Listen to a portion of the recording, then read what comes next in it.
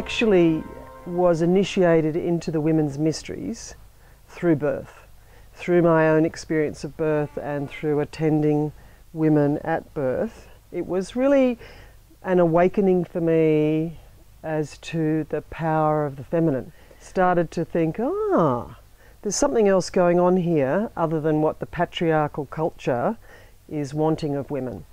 Women are amazing. You know, we are the goddess.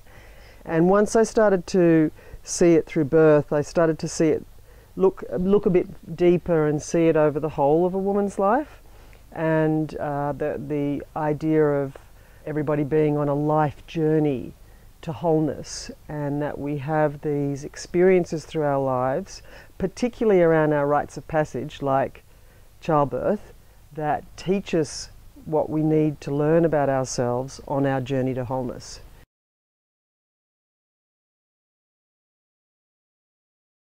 Tracking back to the menarche, so the time of the first blood, so when a young girl becomes a woman, whatever happens for her, to her, around that period of time, like all rites of passages, it informs her, teaches her, mostly on a subliminal level. She doesn't realize this is going on, about what her culture expects of her in her new role. So around menarche, say, it's what her culture expects of her as a woman, and also how her culture values woman.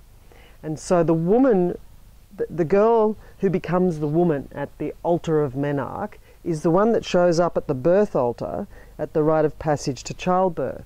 So this is something that I've really enjoyed seeing, is how it's all connected. You know, obviously it's all connected. And I think that that's one of the things that gets forgotten in our modern world. It's like women show up for childbirth and they're just having their baby, or there's a bit of history taken and mostly physical, and a bit of a story about where they are and their family and what's happened, and then they have their baby. But very little information is sought about how was it for you when you were menstruating? What happened for you at your menarche? Because these are the things that have created the woman who's at the birth altar, about to be transformed into mother.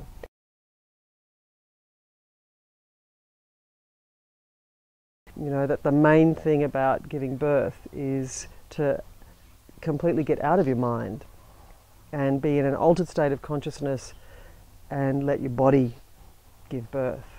And the only way that happens is if women are undisturbed, and that's really about their carers respecting the space and understanding the physiology, that it won't happen unless you be quiet and stop talking to her and leave her alone and let her follow her intuition and what her body's telling her to do and stuff like that. So yeah, and menstruation prepares us for this, but our culture teaches us to carry on regardless when we're bleeding. You know, ignore it and don't let anybody know.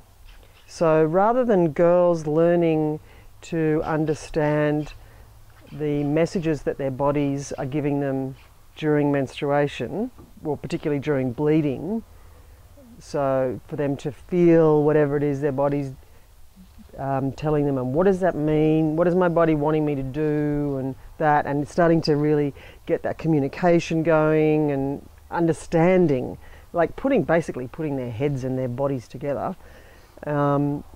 Instead of doing that, we take, you know, Advil, Panadol every 4 hours and ignore it and pretend nothing's happening. That is really bad preparation for labour, because in labour, if you ignore it, it just hurts more, because you can't, you know, ignoring it doesn't work. Well, it does. You can have drugs and stuff, but then if women knew the likely outcome of certain choices and the effect it would have on their baby, I don't think that they would choose it. So I think that women are kept in the dark around the long-term ramifications of their choices.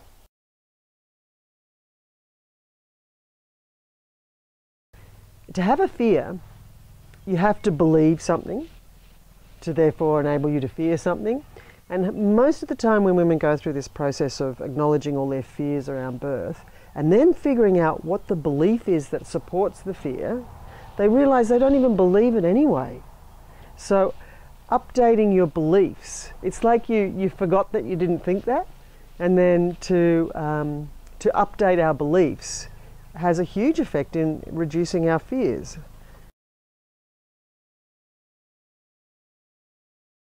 Childbirth is one of those times in our lives when it's turbocharged. Like our personal growth and development and personal spiritual evolution can happen at a faster rate if you bring consciousness to it. Childbirth, as well as menarche, so the first period, as well as perimenopause, which means around menopause, so the process of the change of life, that, as well as birth and death, are portals, like portals into the sacred, shamanic, spiritual dimensions of being human, and in the case of menarche and birth and stuff, of being a woman. So women, and it happens so often that women have an experience around giving birth that is an awakening, and that's because that's the time for this to happen. It's a portal into the magic, the sacred, the spiritual, the shamanic dimensions of womanhood. It's a really powerful thing for women, particularly after they've had their baby and they're trying to understand what happened, because, you know, most of the time birth does not necessarily match women's expectations, and they have intervention even if they didn't really want it. And in the process of debriefing that and understanding why did that happen, a lot of the time you can link it to their experience of menstruation over the years and back to their menarche, and always to their own birth. So seeing the totality of a woman's life is something that I have really felt is a useful thing for midwives and carers of women around childbirth, but also for the women themselves. You know, instead of childbirth being an isolated incident, it's the culmination of their life so far. You know, it's like, here is everything about you, you know. So I think there's no successes or failure in birth. Everybody has the birth they need to have to learn what they need to learn to take them to the next place in their life. Why do I need this? If you imagine that everything is happening for a reason, and it's all in perfect order, and it's all to do with a reflection of your mindset, beliefs and fears, then everything that's going on for you, particularly with your body, becomes like a map of clues of what you need to deal with to become more whole and healed.